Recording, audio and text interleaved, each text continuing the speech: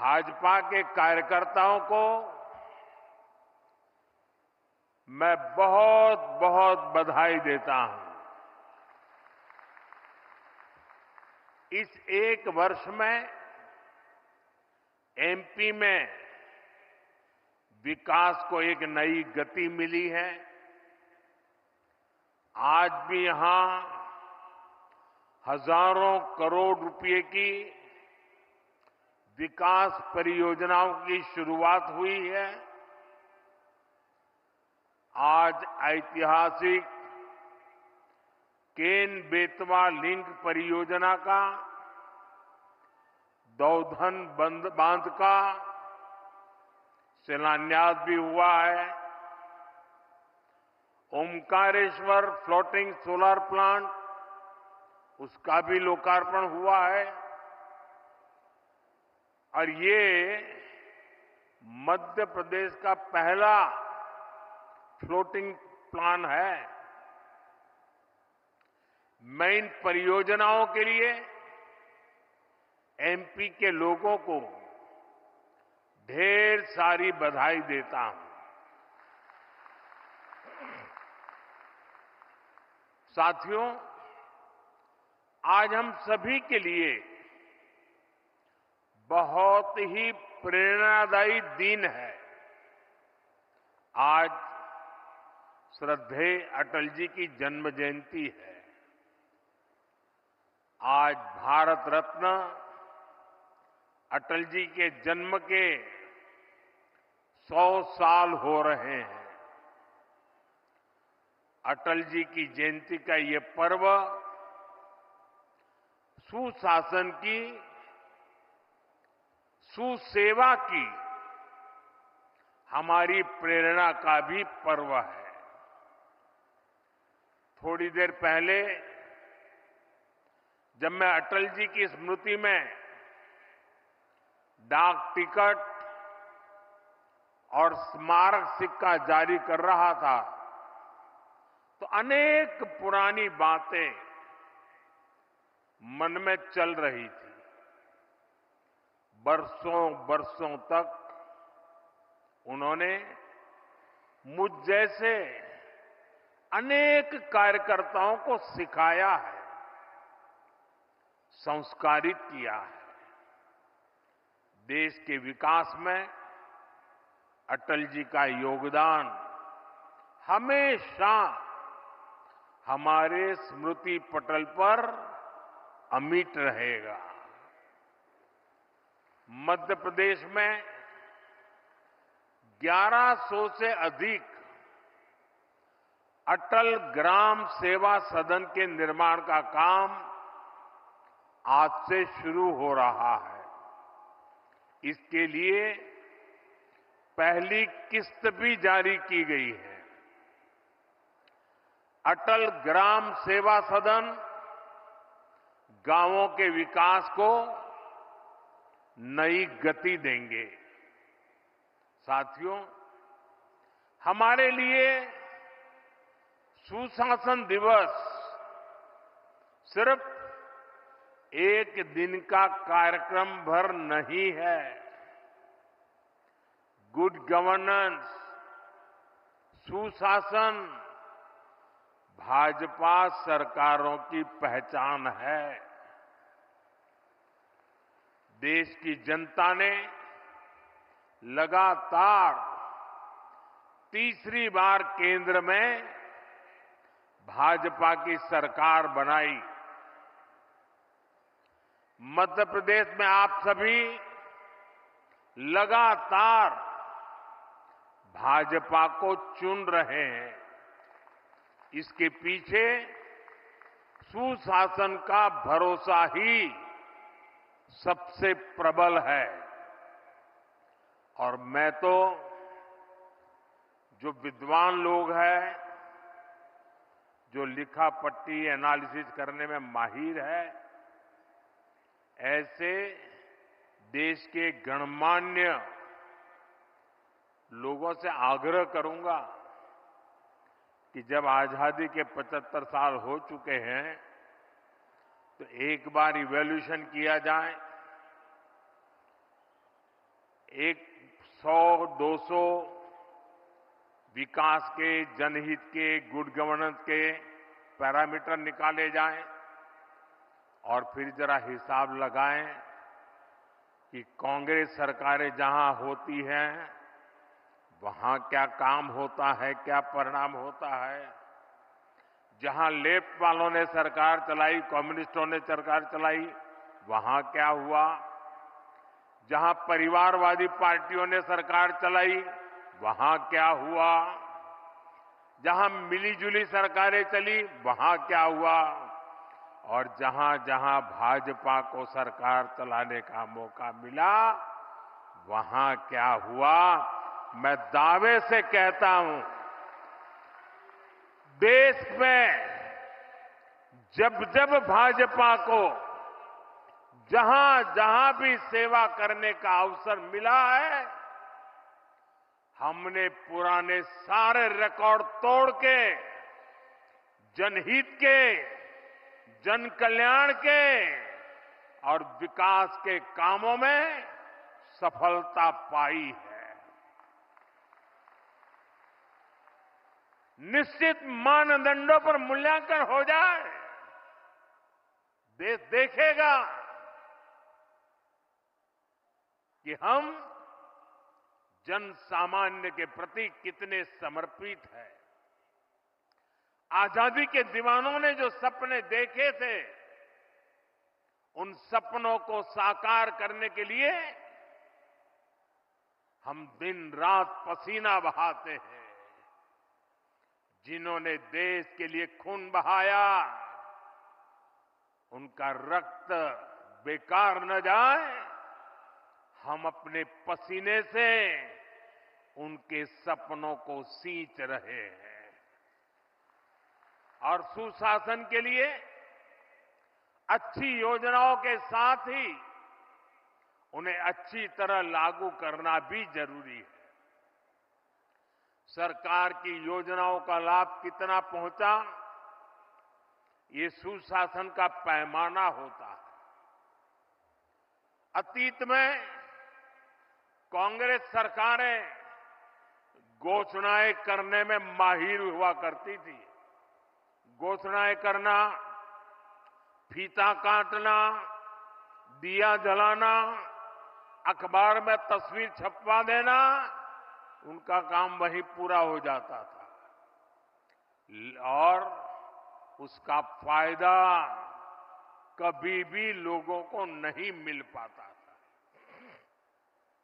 प्रधानमंत्री बनने के बाद मैं प्रगति के कार्यक्रम का एनालिसिस में पुराने प्रोजेक्ट देखता हूं, मैं तो हैरान हूं।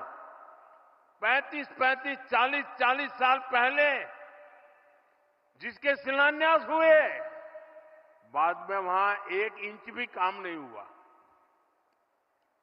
कांग्रेस की सरकारों की ना तो नीयत थी और ना ही उनमें योजनाओं को लागू करने की गंभीरता थी। आज हम पीएम किसान सम्मान निधि जैसे योजना का लाभ देख रहे हैं। मध्य प्रदेश के किसानों को किसान सम्मान निधि के 12,000 रुपया मिल रहे हैं। ये भी तभी संभव हुआ जब जन धन बैंक खाते खुले। यहां एमपी में ही लाडली बहना योजना है। अगर हम बहनों के बैंक खाते न खुलवाते, उनको आधार और मोबाइल से ना जोड़ते, तो क्या ये योजना लागू हो पाती। सस्ते राशन की योजना तो पहले से भी चलती थी।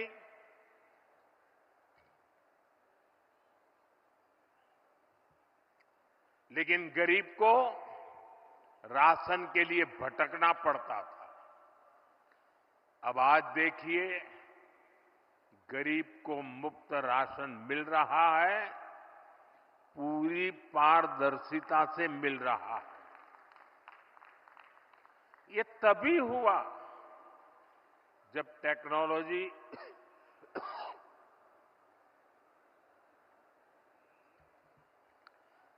टेक्नोलॉजी लाने के कारण फर्जीवाड़ा बंद हुआ।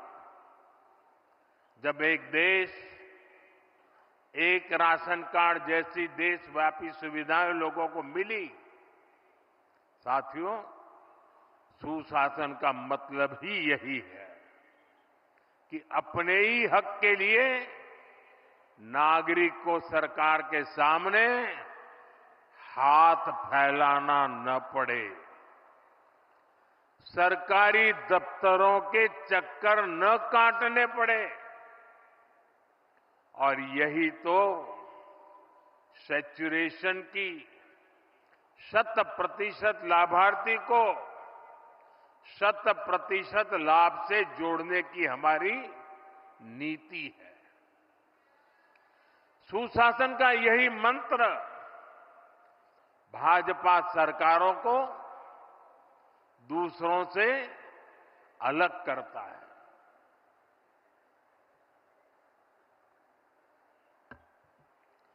आज पूरा देश इसे देख रहा है, इसलिए बार बार भाजपा को चुन रहा है।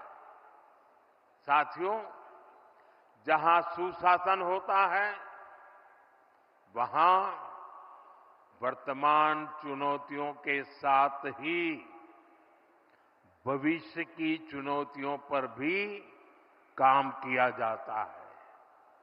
लेकिन दुर्भाग्य से देश में लंबे वक्त तक कांग्रेस की सरकारें रही। कांग्रेस गवर्नमेंट पर अपना जन्मसिद्ध अधिकार समझती है, लेकिन गवर्नेंस का उससे 36 का नाता रहा है। जहां कांग्रेस, वहां गवर्नेंस हो ही नहीं सकती। इसका बहुत बड़ा खामियाजा दशकों तक यहां बुंदेलखंड के लोगों ने भी भुगता है। पीढ़ी दर पीढ़ी यहां के किसानों, यहां की माताओं बहनों ने बूंद बूंद पानी के लिए संघर्ष किया। ये हालात क्यों बने? क्योंकि कांग्रेस ने कभी जल संकट के स्थायी समाधान के बारे में सोचा ही नहीं। साथियों, भारत के लिए नदी जल का महत्व क्या है, इसको समझने वाले पहले लोगों में, और आपको भी जब बताऊं तो आश्चर्य होगा, यहां किसी को भी पूछ लीजिए, हिंदुस्तान में किसी को पूछ लीजिए कि देश आजाद होने के बाद सबसे पहले जल शक्ति, पानी का सामर्थ्य, पानी के लिए दूरंदर्शी आयोजन, इसके विषय में किसने सोचा था, किसने काम किया था? यहां मेरे पत्रकार बंधु भी जवाब नहीं दे पाएंगे। क्यों? जो सच्चाई है उसको दबा के रखा गया, उसे छिपा करके रखा गया और एक ही व्यक्ति को क्रेडिट देने के नशे में सच्चे सेवक को भुला दिया गया। और आज मैं बताता हूं, देश आजाद होने के बाद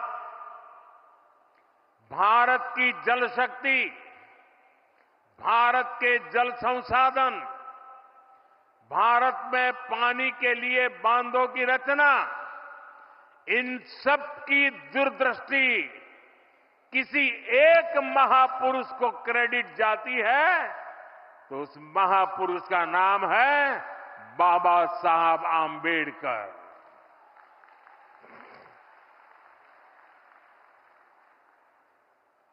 भारत में जो बड़ी नदी घाटी परियोजनाएं बनी, इन परियोजनाओं के पीछे डॉक्टर बाबा साहब आंबेडकर का ही विजन था। आज जो केंद्रीय जल आयोग है, इसके पीछे भी डॉक्टर आंबेडकर के ही प्रयास थे। लेकिन कांग्रेस ने कभी जल संरक्षण से जुड़े प्रयासों के लिए, बड़े बांधों के लिए बाबा साहब को श्रेय नहीं दिया, किसी को पता तक नहीं चलने दिया। कांग्रेस इसके प्रति कभी भी गंभीर नहीं रही। आज 7 दशक बाद भी देश के अनेक राज्यों के बीच पानी को लेकर कुछ न कुछ विवाद है। जब पंचायत से पार्लियामेंट तक कांग्रेस का ही शासन था, तब ये विवाद आसानी से सुलझ सकते थे। लेकिन कांग्रेस की नीयत खराब थी, इसलिए उसने कभी भी ठोस प्रयास नहीं किए। साथियों, जब देश में अटल जी की सरकार बनी, तो उन्होंने पानी से जुड़ी चुनौतियों को हल करने के लिए गंभीरता से काम शुरू किया था। लेकिन 2004 के बाद उनके प्रयासों को भी, जैसी अटल जी की सरकार गई, वो सारी योजनाएं, सारे सपने ये कांग्रेस वालों ने आते ही ठंडे बस्ते में डाल दिया। आज हमारी सरकार देश भर में नदियों को जोड़ने के अभियान को गति दे रही है। केन बेतवा लिंक प्रोजेक्ट का सपना भी अब साकार होने वाला है। केन बेतवा लिंक प्रोजेक्ट से बुंदेलखंड क्षेत्र में समृद्धि और खुशहाली के नए द्वार खुलेंगे।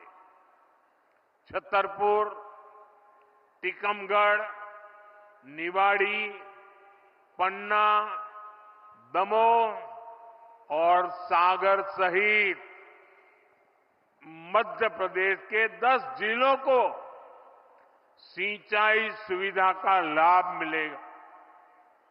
अभी मैं मंच पे आ रहा था, मुझे यहाँ के अलग अलग जिलों के किसानों से मिलने का मौका मिला। मैं उनकी खुशी देख रहा था, उनके चेहरों पे आनंद देख रहा था। उनको लगता था कि हमारी आने वाली पीढ़ियों का जीवन बन गया। साथियों, उत्तर प्रदेश में जो बुंदेलखंड का हिस्सा है, उसके भी बांदा, महोबा, ललितपुर और झांसी जिलों को फायदा होने वाला है। साथियों, मध्य प्रदेश देश का पहला राज्य बना है जहां नदियों को जोड़ने के महाअभियान के तहत 2 परियोजनाएं शुरू हो गई है। कुछ दिन पहले ही मैं राजस्थान में था। मोहन जी ने उसका विस्तार से वर्णन किया। वहां पार्वती, काली सिंह, चंबल और केन बेतवा लिंक परियोजनाओं के माध्यम से कई नदियों का जुड़ना तय हुआ है। इस समझौते का बड़ा लाभ मध्य प्रदेश को भी होने जा रहा है। साथियों, 21वीं सदी की सबसे बड़ी चुनौतियों में से एक है जल सुरक्षा। 21वीं सदी में वही देश आगे बढ़ पाएगा, वही क्षेत्र आगे बढ़ पाएगा जिसके पास पर्याप्त जल होगा और उचित जल प्रबंधन होगा। पानी होगा तभी खेत खलिहान खुशखुशाल होंगे। पानी होगा तभी उद्योग धंधे फलेंगे फूलेंगे। और मैं तो उस गुजरात से आता हूं जहां के ज्यादातर हिस्सों में साल में ज्यादातर समय सूखा ही पड़ता था। लेकिन मध्य प्रदेश से निकली मां नर्मदा के आशीर्वाद ने गुजरात का भाग्य बदल दिया। एमपी के भी सूखा प्रभावित इलाकों को पानी के संकट से मुक्त करना मैं अपना दायित्व समझता हूं। इसलिए मैंने बुंदेलखंड की बहनों से, यहां के किसानों से वादा किया था कि आपकी मुश्किलें कम करने के लिए मैं पूरी ईमानदारी से काम करूंगा। इसी सोच के तहत बुंदेलखंड में पानी से जुड़ी करीब 45,000 करोड़ रुपए की योजना हमने बनाई थी। हमने मध्य प्रदेश और उत्तर प्रदेश की भाजपा सरकारों को निरंतर प्रोत्साहित किया और आज केन बेतवा लिंक प्रोजेक्ट के तहत दौधन बांध का भी शिलान्यास हो गया है। इस बांध से सैकड़ों किलोमीटर लंबी नहर निकलेगी।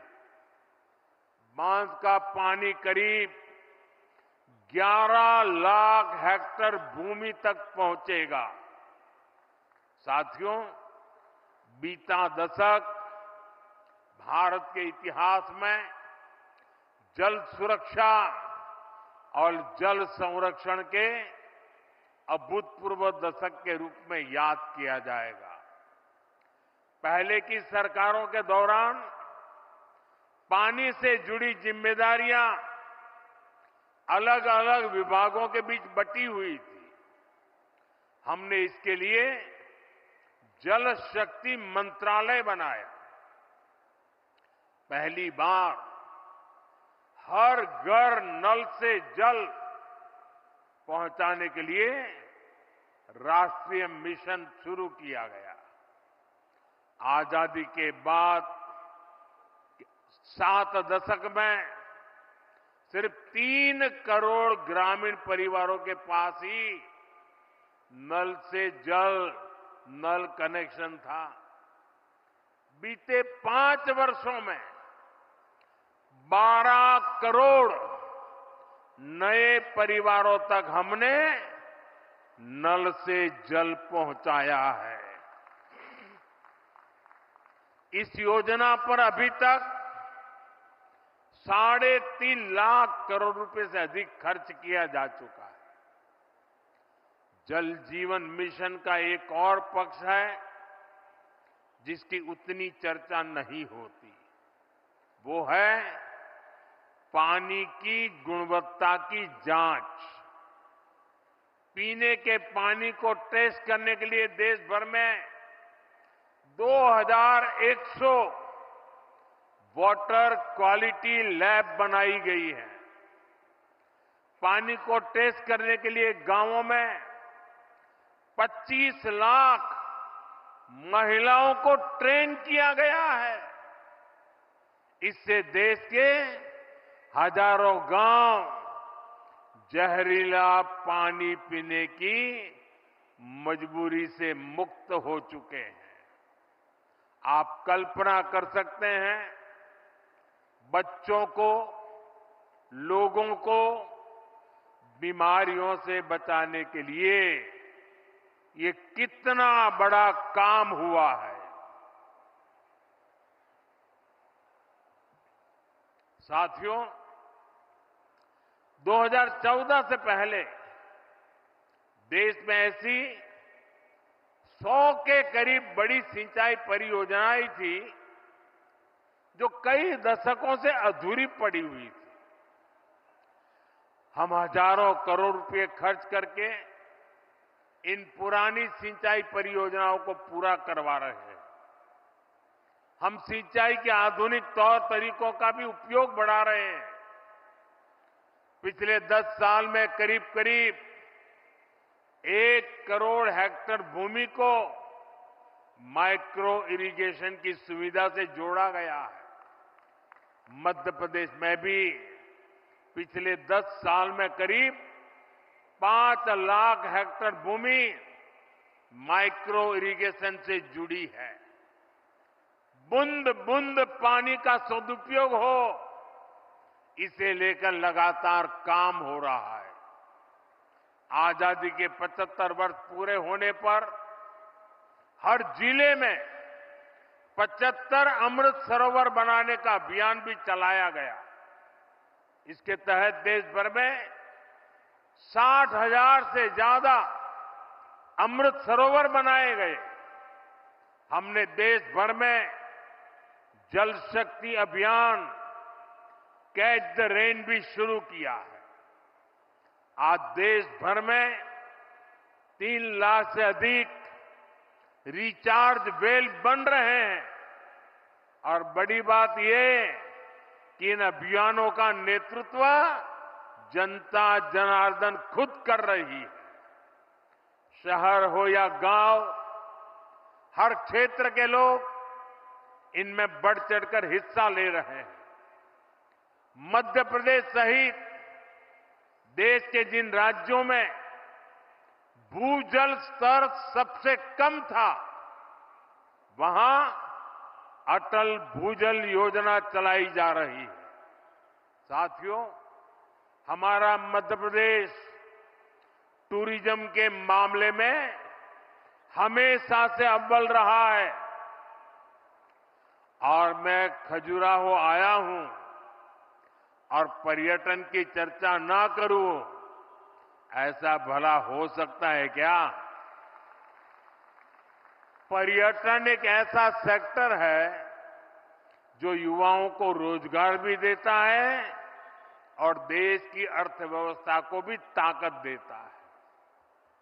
अब जब भारत दुनिया की तीसरी बड़ी आर्थिक शक्ति बनने जा रहा है, तो दुनिया में भारत को लेकर जिज्ञासा बढ़ी है। आज दुनिया भारत को जानना चाहती है, समझना चाहती है। इसका बहुत अधिक फायदा मध्य प्रदेश को होने वाला है। हाल में एक अमेरिकी अखबार में एक रिपोर्ट छपी है, हो सकता है मध्य प्रदेश के अखबारों में भी अब वो नजर आई हो। अमेरिका के उस अखबार में छपी खबर में लिखा गया है कि मध्य प्रदेश को दुनिया के 10 सबसे आकर्षक टूरिस्ट डेस्टिनेशन में से एक बताया गया है। दुनिया के टॉप 10 में एक मेरा मध्य प्रदेश। मुझे बताइए, हर मध्य प्रदेश वासी को खुशी होगी कि नहीं होगी? आज का गौरव बढ़ेगा कि नहीं बढ़ेगा? आपका सम्मान बढ़ेगा कि नहीं बढ़ेगा? आपके यहां टूरिज्म बढ़ेगा कि नहीं बढ़ेगा? गरीब से गरीब को रोजगार मिलेगा कि नहीं मिलेगा? साथियों, केंद्र सरकार भी लगातार प्रयास कर रही है कि देश और विदेश के सभी पर्यटकों के लिए सुविधाएं बढ़े, यहां आना जाना आसान हो।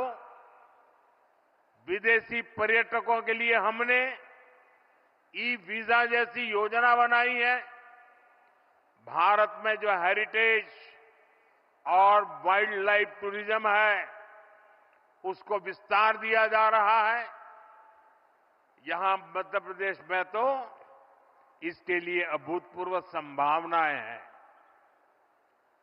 खजुराहो के इस क्षेत्र में ही देखिए, यहां इतिहास की, आस्था की अमूल्य धरोहरें हैं।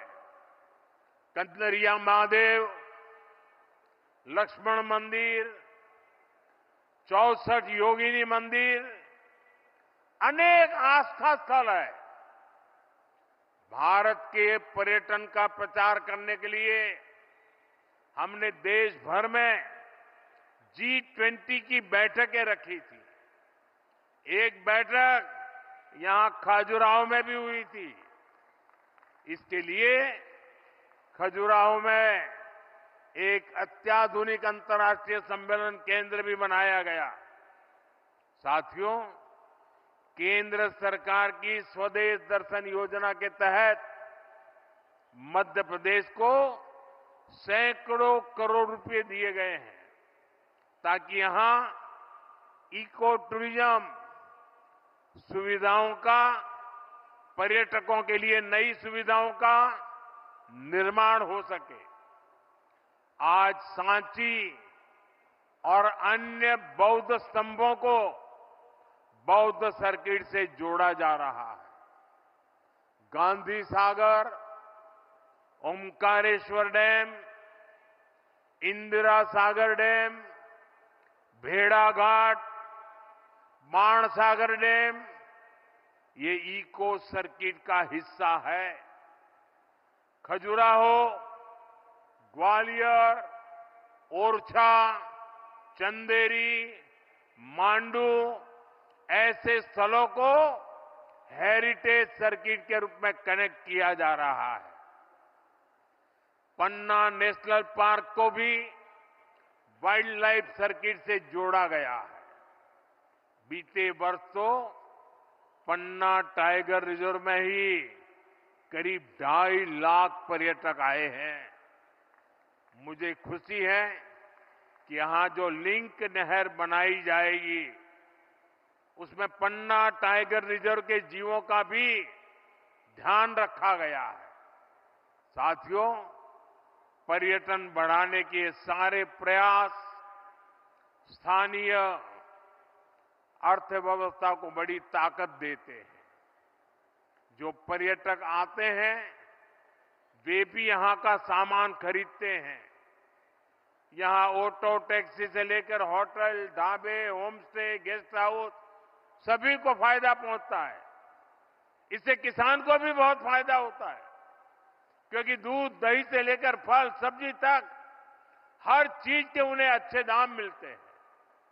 साथियों, बीते 2 दशकों में मध्य प्रदेश ने अनेक पैमानों में शानदार काम किया। आने वाले दशकों में मध्य प्रदेश देश की टॉप इकोनॉमीज में से एक होगा। इसमें बुंदेलखंड की बहुत बड़ी भूमिका होगी। विकसित भारत के लिए विकसित मध्य प्रदेश बनाने में बुंदेलखंड का रोल अहम होगा। मैं आप सभी को भरोसा देता हूं, डबल इंजन की सरकार इसके लिए ईमानदारी से प्रयास करती रहेगी। एक बार फिर आप सभी को ढेर सारी शुभकामनाएं। ये आज का कार्यक्रम है ना, इतना बड़ा कार्यक्रम, इस कार्यक्रम का मतलब मैं समझता हूं। इतनी बड़ी संख्या में माताओं बहनों का आने का मतलब समझता हूं, क्योंकि ये पानी से जुड़ा काम है और हर जीवन से जुड़ा हुआ होता है पानी। और ये आशीर्वाद देने के लिए लोग आए ना, उसका मूल कारण पानी है। पानी के लिए काम कर रहे हैं और आपके आशीर्वाद से हम इन कामों को निरंतर करते रहेंगे। मेरे साथ बोलिए, भारत माता की